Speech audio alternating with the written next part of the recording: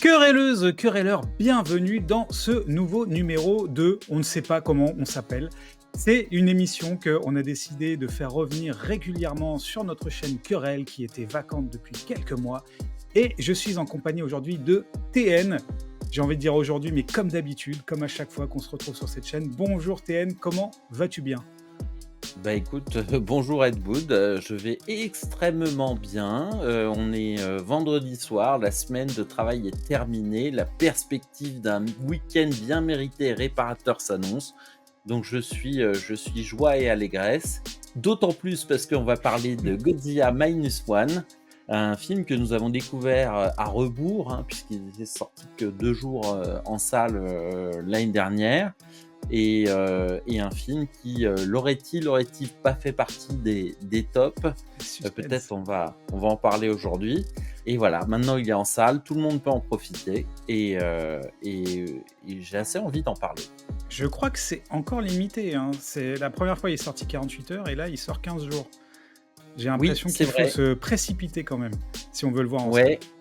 Alors ça reste mystérieux cette affaire. Pourquoi une sortie de 2 semaines? Peut-être parce qu'ils pensent quand même que, ça a pas de quoi faire un hit et qu'ils veulent vraiment, maximiser la hype. Ou peut-être qu'ils ont un accord, avec, le CNC pour la, chronologie des médias qui leur permettra de sortir plus vite en support physique, sur les plateformes de SVOD et cetera. La Mais il faut en rumeur dit que c'est profiter. plutôt ça, oui. Ouais, il ne reste, pratiquement plus qu'une semaine et demie pour en profiter. Oui, il y a eu un projet, marketing qui était donc de le sortir, très peu de temps pour que, tous les aficionados du genre aillent le voir immédiatement. Surtout qu'ils l'ont, mis que dans des salles 4DX, et que dans un seul distributeur. Donc C'est c'est IMAX et 4DX chez Pathé, oui, ouais. oui, c'est ça.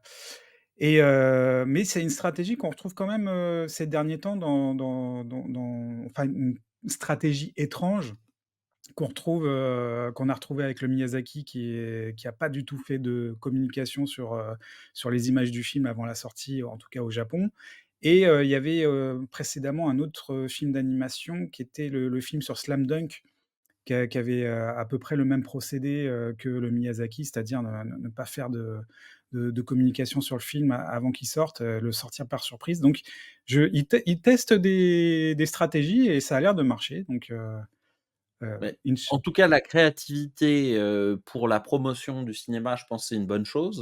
Peut-être c'est la conséquence d'un marché qui est encore en état de reprise et puis peut-être une façon, pour, les cinémas internationaux de faire sentir à la France que c'est bien la chronologie immédiate, mais que bon, peut-être il faudrait un peu de flexibilité. Après tout, il y a beaucoup de films qui aimeraient bien avoir la garantie d'être en salle pour 2 semaines, donc pourquoi pas, hein, si ça fonctionne. Et puis comme il y a eu une hype formidable, un énorme succès aux États-Unis qui était inattendu, hein, je crois que globalement ils sont à plus de 100 millions de dollars de recettes. C'est des chiffres qui veulent pas dire grand-chose en ce qui me concerne, mais pour un film japonais, aux États-Unis, sous-titré, parce qu'il y a pas de doublage aux États-Unis ou je peut-être très sporadiquement. C'est énorme. Alors, avant de parler si ce succès, cette hype, est justifiée, parce que je suis très curieux de connaître ton avis, sachant qu'on ne se parle jamais, on ne se donne jamais nos avis avant de se réunir. non, là on a communiqué par WhatsApp et on s'est juste mis des signes de ponctuation et ça veut tout dire les signes et ça veut rien dire donc on est dans l'ambiguïté chacun Ah l'un bah, avec l'autre. c'est la façon dont tu lis le message, c'est plus ton ressenti qui Oui, parle c'est que ça, oui. celui de la personne qui te les a envoyés. Mais avant, disais-je, de passer à cette étape de parler véritablement de ce qu'on a pensé du film, est-ce que tu veux te risquer à l'exercice, du pitch ou est-ce que tu veux que je m'en charge? Comment on fait? Moi, j'aime bien quand tu fais le pitch parce que, d'une, tu es très précis et de 2, Mince. j'adore ta voix de conteur, dans ces moments-là. Super, la méga pression de Mister Laflemme. Bon, bah, écoute, donc Godzilla Minus One, le film commence à la fin de la Seconde Guerre mondiale. On suit un pilote, japonais qui devait être, kamikaze, dont on comprend assez vite qu'il s'est dégonflé d'une certaine manière, ce qu'il vit très mal à titre personnel et il a, alors qu'il se pose sur un atoll où il y a, des techniciens qui sont censés réparer des avions qui fonctionnent mal, ce qui est son excuse pour ne pas s'être, suicidé. Il y a une attaque d'un petit Godzilla. Alors, il fait déjà la taille d'un T-Rex, hein, mais par rapport à ce qu'on connaît, c'est pas la même chose. Tout le monde va être, tué et il va, revenir de la guerre dans un Japon dévasté avec, le poids d'un remords, d'échecs personnels, de remise en question de soi ou plutôt il se remet pas en question, mais il subit cette pression des uns et des autres et celle qu'il se met à lui-même, ce qui est, dans la culture japonaise, de ce qu'on en connaît, quelque chose de compréhensible et alors qu'il, se reconstitue, littéralement dans les ruines, une, vie de quasiment une vie de famille, Godzilla revient après un essai nucléaire américain, sauf que là, Godzilla, il fait, je sais pas, je dirais 100 mètres de haut à peu près et il entraîne les catastrophes, qu'on sait qu'il va entraîner et là, ça va être, qu'est-ce qu'on fait pour se débarrasser de Godzilla? Je n'en dirai pas plus pour l'instant. On spoilera peut-être en deuxième partie, mais à ce point-là, j'ai envie de te demander, mon cher ami, parce que là, quand même, j'ai fait le pitch, donc tu vas devoir, tirer le premier. Qu'est-ce que tu as pensé de ce film? Alors, qu'est-ce que j'ai pensé du film? J'avais de grosses attentes parce qu'il y avait, une hype certaine autour de ce film. À la fois, le public qui avait pu le voir sur les 2 jours qui transmettait des échos vraiment dithyrambiques et la presse spécialisée, nos amis critiques, les spécialistes du genre, tels que, Fabien Moreau qui est spécialiste du kaiju qui me mettait la hype aussi sur ce film et je suis arrivé avec beaucoup d'attentes et c'est pas très bien d'arriver, devant un film avec beaucoup d'attentes et je dois avouer que j'ai globalement passé un bon moment, mais avec beaucoup, beaucoup, beaucoup de bémols et qui f au final, après quelques jours, moi je l'ai vu il y a 2 jours, me font, voir le film avec, encore plus de déception qu'au départ. Et est-ce que c'est ça que tu avais ressenti dans mes 3 petits points sur WhatsApp? Alors Heu, écoute, je suis, sur le comment te cul. dire? Sur le cul. Alors moi, j'avais des attentes, raisonnables.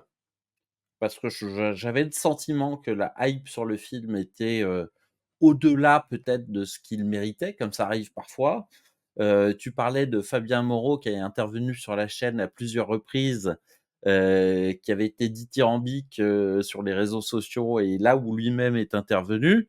Mais je t'aurais dit, si tu m'en avais parlé, je t'aurais dit: «En même temps, Fabien, essaye de trouver un film Godzilla qu'il trouve pas extraordinaire». Oui, c'est vrai. Globalement, il est quand même super enthousiaste. Il y a genre 50 films, il y en a quelques-uns qui sont difficilement regardables.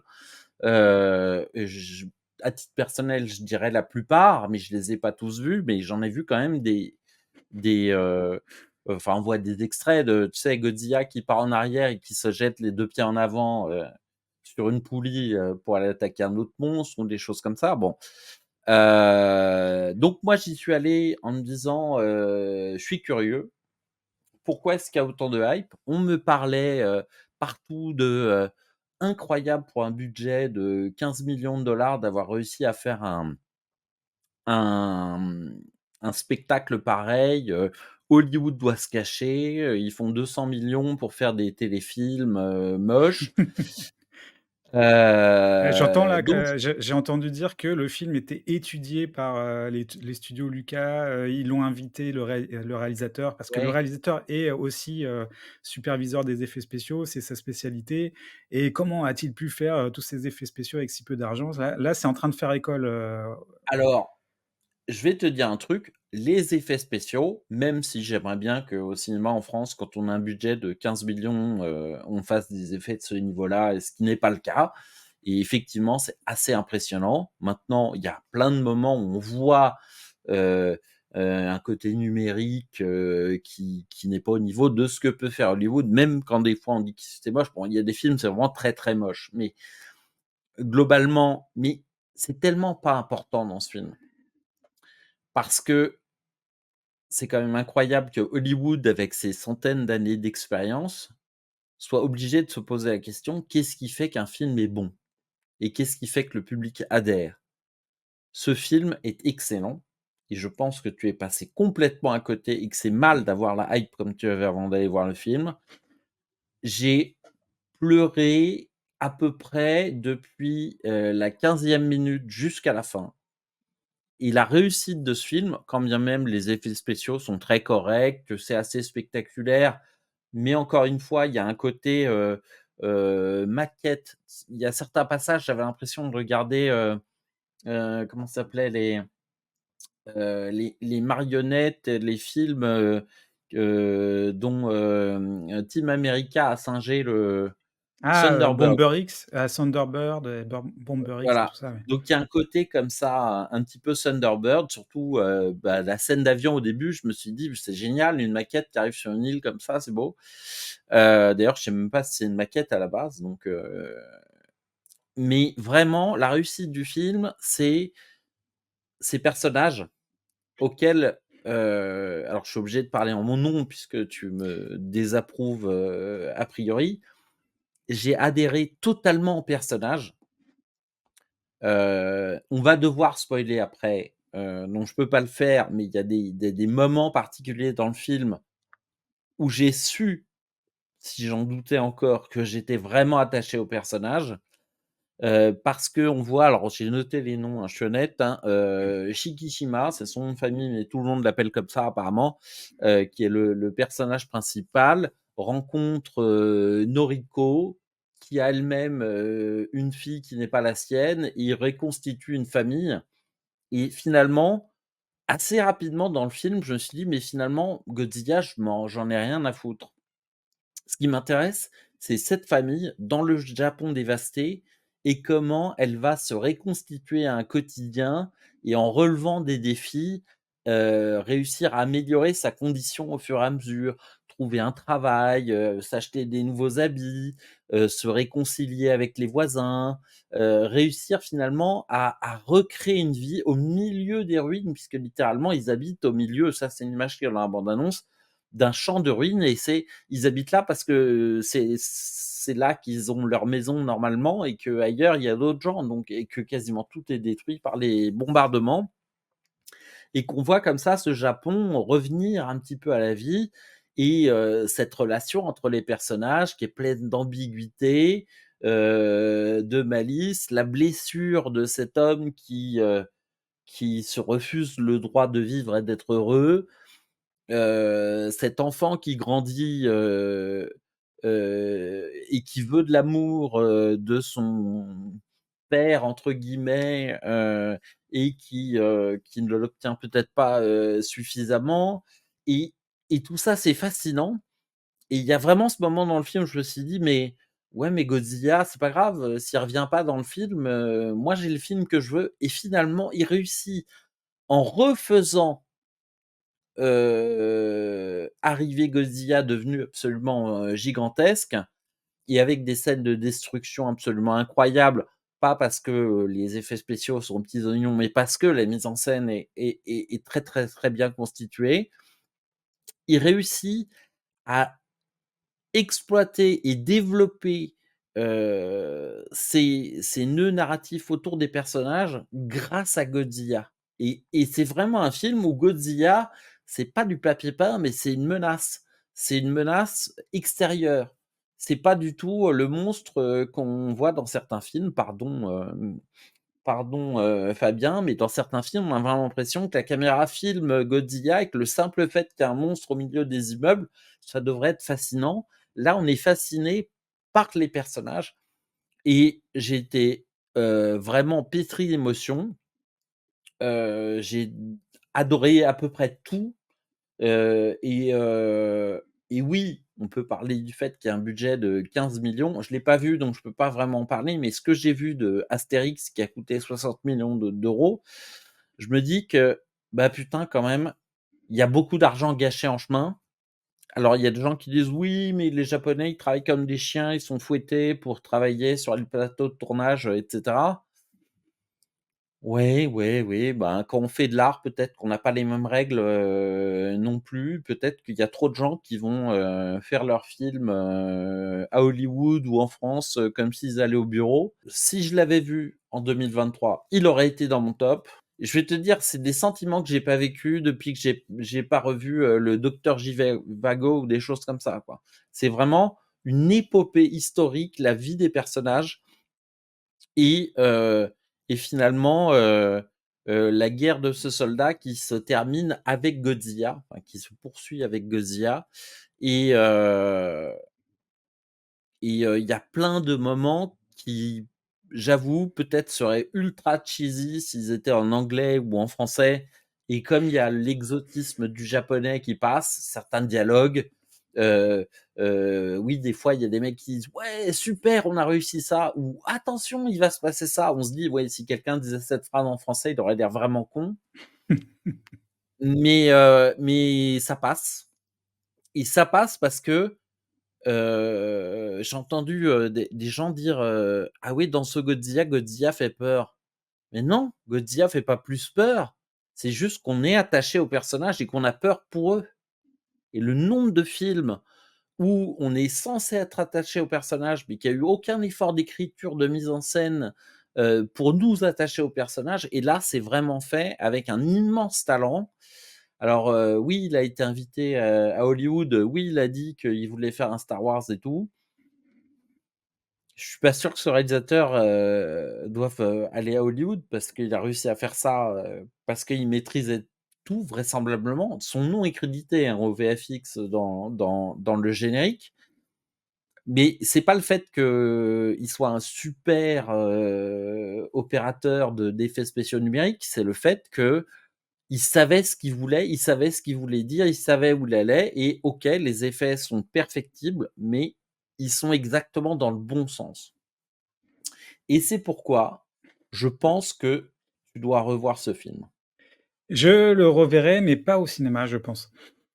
J'ai l'impression que c'est ton RRR à toi, en fait. C'est parce que tout ce que tu, décris, comme plaisir de spectateur dans ce film-là, moi je l'ai eu dans RRR, mais je l'ai pas eu dans celui-là et je sais pas trop expliquer pourquoi. Il y a des choses qui ne fonctionnent pas du tout et je j'entends tout ce que tu dis sur, voilà, les personnages qui sont attachants, l'écriture des personnages, Godzilla en toile de fond qui est une menace, on pourrait s'en dispenser tellement l'histoire est bien. Mais sauf que moi l'histoire, je la trouve très simple, trop simple. On parle beaucoup d'originalité de ce film par rapport à Hollywood, alors que tous les ressorts narratifs, toutes les ficelles sont celles d'Hollywood, des années 30 aux années 90.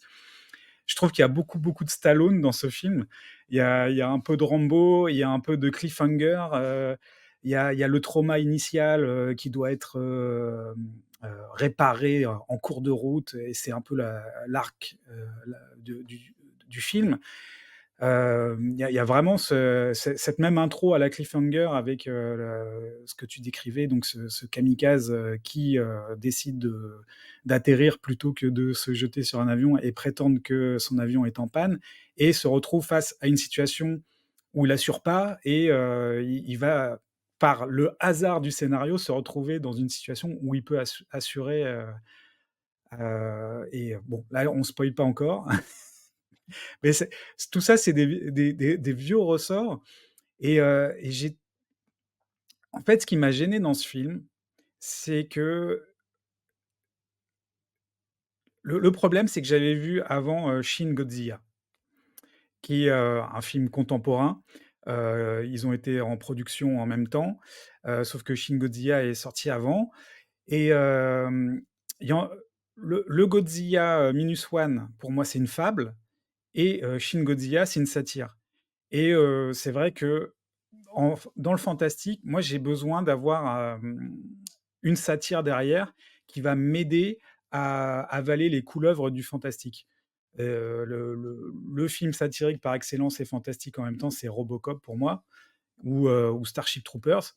Là, je prends mon pied total. Il y a comme tu dis, le premier plaisir de spectateur de voir un film où c'est au premier degré et puis il y a un discours derrière au satirique, au second degré, au millième degré, qui tire à boulet rouge sur tout, ce qui va pas et c'est le cas dans, Shin Godzilla et là, je ne retrouve pas ça. Je trouve que tout est assez propret, tout est dans le bon sentiment, même, les mauvais sentiments, sont très vite retournés. Il y a finalement que Godzilla qui incarne, je vais pas dire le mal, mais la sauvagerie en fait, parce que, comme pour King Kong, il est pas bon, il est pas mauvais, il est sauvage. Il est terrifiant, comme tu l'as dit. Ça j'ai trouvé, Godzilla très, très réussi.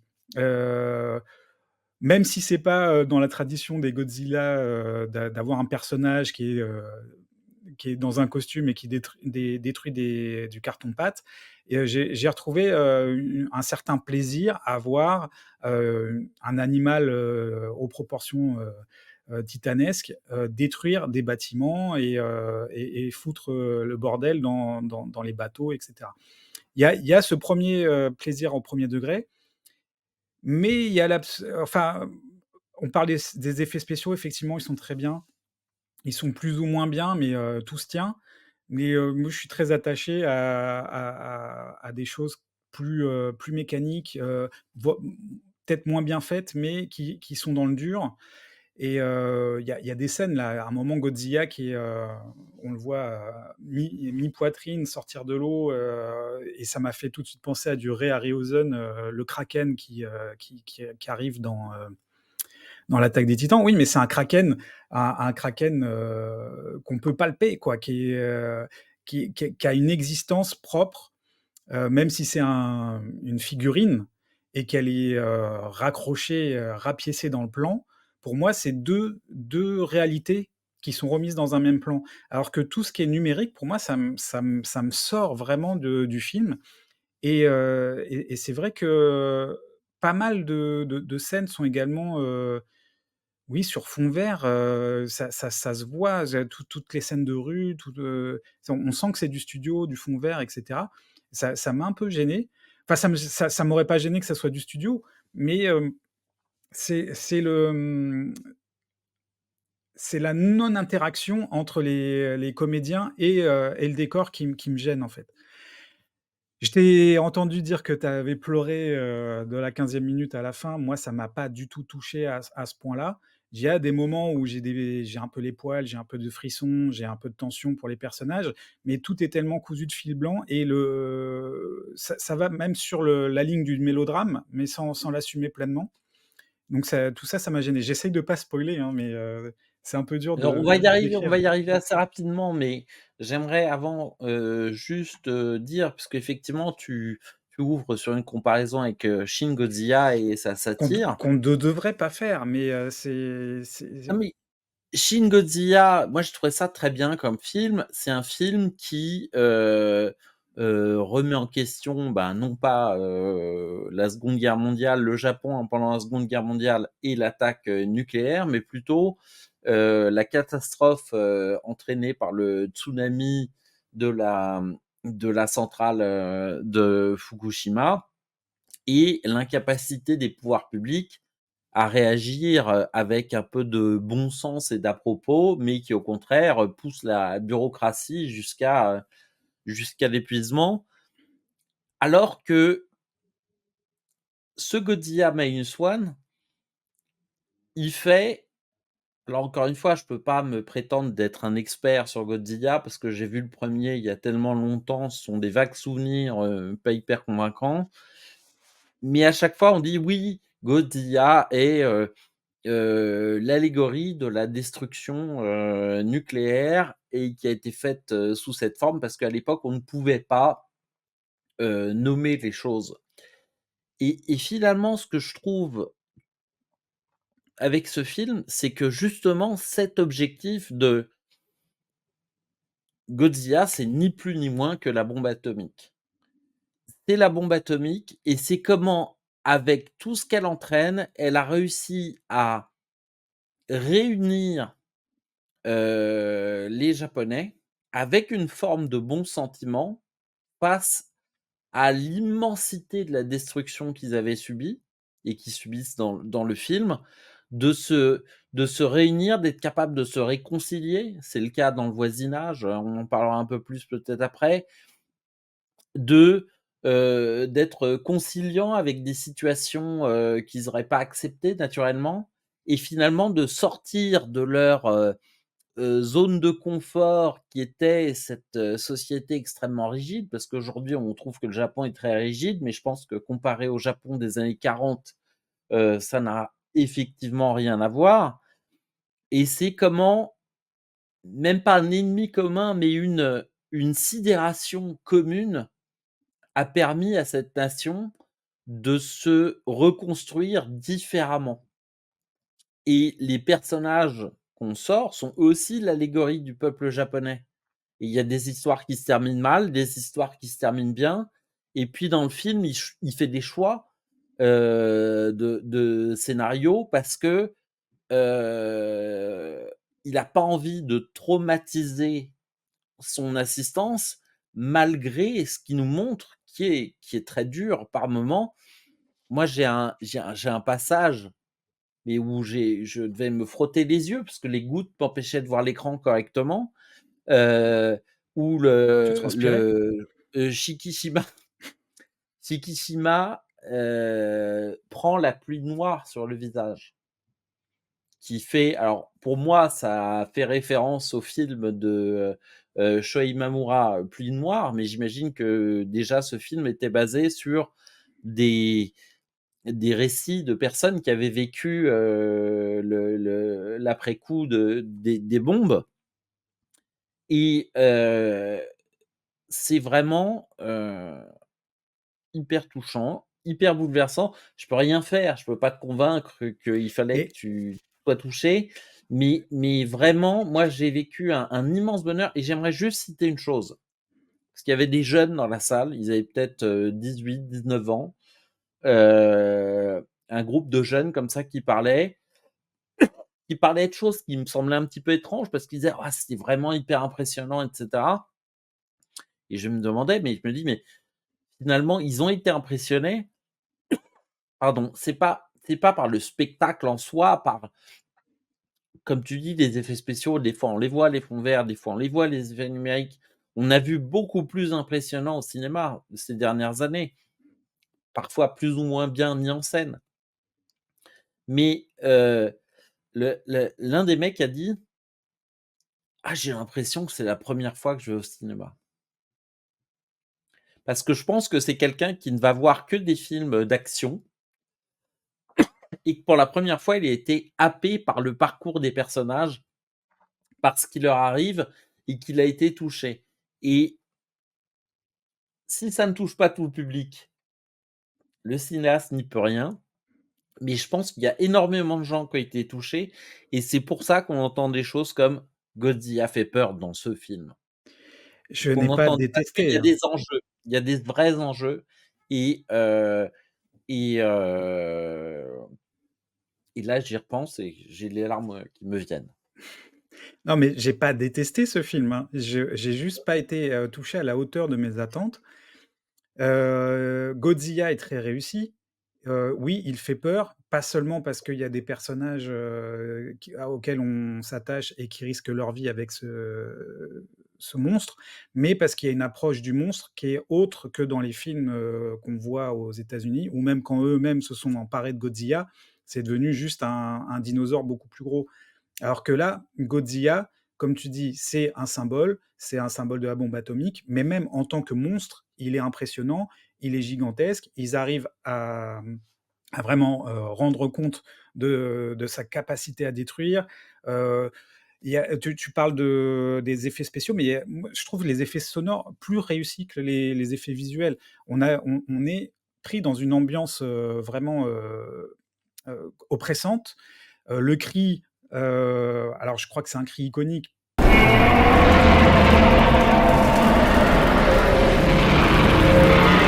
Je me souviens plus moi du 1er, Godzilla, je pense qu'il était déjà présent dedans, mais quand on le voit, enragé, crier au ciel, f pousser son fameux cri, on est quand même pris aux tripes dans la salle. Il y a plein de choses qui m'ont plu. Le fait qu'il soit, oui, une entité divine, une épée de Damoclès sur une nation, hem qui soit qui reste quand même, dans une, bestialité, heu, à laquelle on ne peut pas, attribuer de caractéristiques humaines. Il y a le côté, aussi, Lovecraftien. C'est un monstre qui vient des profondeurs, qui n'a pas d'origine. J'ai bien aimé aussi qu'on ne cherche pas à en révéler plus. Je crois que c'est une tradition dans les films de Godzilla. J'en ai vraiment pas vu beaucoup, mais je sais que quand ça passe l'Atlantique, et que les États-Unis s'emparent du mythe, il faut absolument dire d'où il vient, quelle théorie de l'évolution a fait que, une telle bête arrive sur terre, alors que là, on est vraiment sur quelque chose de divin, de viscéralement, effrayant. Donc ça, tout ça, j'ai aimé. Ce que j'ai pas aimé, c'est l'ironie dramatique qui fonctionne pas, parce qu'évidemment Godzilla, on connaît par cœur, même si on n'a pas vu tous les films, on sait que, on sait ce qui va se passer. On sait qu'il va apparaître une première fois, qu'il va faire peur et qu'après il va apparaître une deuxième fois et qu'il va tout détruire. On le sait, et ce qui devrait, être, utilisé par la narration, le scénario et la mise en scène pour, troubler nos attentes, et nos attentes sont jamais, détournées dans ce film. Ça va, comme je l'ai dit tout à l'heure, est-ce qu'on peut spoiler à partir de maintenant? On dit qu'on spoil? Alors, ah, on l'annonce, attention, si vous n'avez pas vu le film, moi je vous invite vraiment à profiter des quelques jours où il est encore en salle pour aller le voir parce que malgré ce que j'ai pu dire sur les effets spéciaux, il est spectaculaire et qu'il a vraiment, quelque chose, en plus, sur, grand écran. À partir de maintenant, on va spoiler sans limite. Donc si vous voulez le découvrir, sans connaître des détails de l'intrigue, il faut quitter la vidéo et revenir bien sûr voir la fin, après. D'ailleurs, on le dit jamais, mais si vous voulez vous abonner à Querelle, c'est aussi le moment de le faire, de mettre un like Oui. et un commentaire qui font toujours énormément plaisir. Abonnez-vous, et comme ça vous aurez, une vidéo tous les 8 mois, dans Non, non, non, justement, là on va aller. Arrête on de revient dire en des force, on revient en force. Alors, alors vas-y, maintenant qu'on lâche-toi. peut spoiler, voilà. Donc la trajectoire du personnage, elle est cousue de fil blanc à partir du moment où on voit qu'il a échoué au début. On se dit: «Il va se retrouver dans la même scène et va se retrouver dans une situation de kamikaze, et il va aller au bout». C'est en fait, tout est cousu de fil blanc pour moi, et ça m'enlève le plaisir de voir ce film. C'est ça qui m'a le plus embêté dans le film. Parce qu'effectivement les caractères sont bien dessinés, les évolutions psychologiques des personnages sont intéressantes, la cohésion du groupe est super sympa. Le fait que, il y ait des scènes où le peuple reprend en main son destin, et va à l'attaque, et que c'est l'union qui fait la force, tout ça, c'est sympa, c'est bien, c'est intéressant, mais ça ne déjoue jamais mes attentes, je suis un peu en pilotage automatique dans l'histoire, et ça m'empêche en fait de vivre pleinement ces moments, iconiques. Voilà, donc effectivement le monstre est bien réussi. On le voit apparaître, Quand on le voit pleinement. Il y a pas de less is more, mais en fait si, c'est-à-dire que quand on le voit, il prend tout le cadre ou alors il y a des longs plans où, on va le voir par rapport enfin, on va voir son échelle par rapport à ce qui l'entoure, soit, la ville, soit les bateaux, soit il dépasse juste, jusqu'à mi-poitrine, et on se souvient nettement, moi, c'est le Godzilla dont je me souviendrai, iconiquement le plus, en fait. C'est ça, c'est bien réussi, mais je trouve qu'ils ont un plan. Le plan, ils le trouvent tout de suite au bout de 20 minutes de film et le plan se déroule et il y a pas de problème, en fait. Il y a quelques petites péripéties qui font que, ça décale un peu l'issue du plan, mais c'est est-ce que tu as vu SNK? L'attaque des Titans? Non.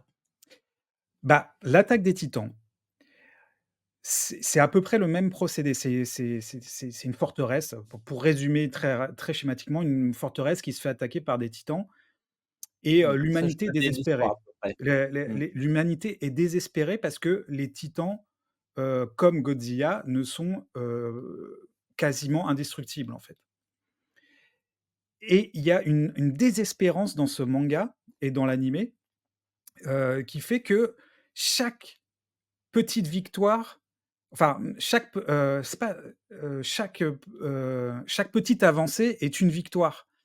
Mais on sait très bien que la victoire, ça va pas être de détruire le titan parce qu'il est indestructible, quoi. Donc la 1re petite victoire, c'est, sortir un peu plus loin au-delà des forteresses. La deuxième petite victoire, c'est peut-être, s'approcher au plus près du monstre pour voir comment il est, et cetera. Il y a vraiment, une gradation dans ces choses-là, alors que là, dès le début, il y a, bon, bah, il y a un problème, on a la solution, on va essayer de le faire. Ah bah, ça marche. Ça m'a déplu, et le côté mélodramatique pas assumé jusqu'au bout, ça m'a déplu aussi. Il y a des choses qui se passent, comme la disparition d'un personnage, principal qui, revient à la fin, parce qu'en fait, elle n'était pas morte. Il y a, des deus ex machina, il y a des faux secrets qu'on a grillés, comme, l'installation d'un siège éjectable, pour sauver, in extremis le kamikaze. Tout ça, ça m'a déplu, ça m'a sorti du film et ça m'a pas fait profiter du simple plaisir, que peut être Godzilla, d'être un enfant, en train d'écraser des châteaux de sable sur la plage et d'avoir le plaisir de destruction. Non, mais je comprends, ton point de vue, hein. De toute façon, je réfléchis beaucoup en ce moment à ce que c'est que la critique et Ouais. de plus en plus, je pense qu'intellectualiser tout ce qui compose un film pour en déterminer la qualité, c'est une erreur. Qu'en fait, quand on critique, on a aimé ou on n'a pas aimé quelque chose et on essaye de mettre des mots sur le pourquoi et c'est ce que j'essaye de faire et après on est voilà, c'est assez personnel. Dans ce qui se passe dans le film et pourquoi vraiment le cœur du film étant beaucoup plus donc pour moi les personnages, les Japonais qui doivent aller outre, c'est ce cheminement. Effectivement, on le voit lui qui rentre au pays, alors c'est sa voisine qui, l'insulte et s'énerve contre lui, violemment parce qu'elle, comprend que c'est un kamikaze, finalement, c'est un déserteur à ce niveau-là pour un kamikaze et dans le Japon de cette époque-là, elle l'accuse même, «C'est parce que toi, tu ne t'es pas sacrifié que, mes parents sont morts, enfin mes enfants sont morts, dans ce charnier». Il rencontre, Noriko et à ce moment-là, Heu, ils se retrouvent dans une famille et là, il y a vraiment des scènes, je trouve, mais d'une délectation immense.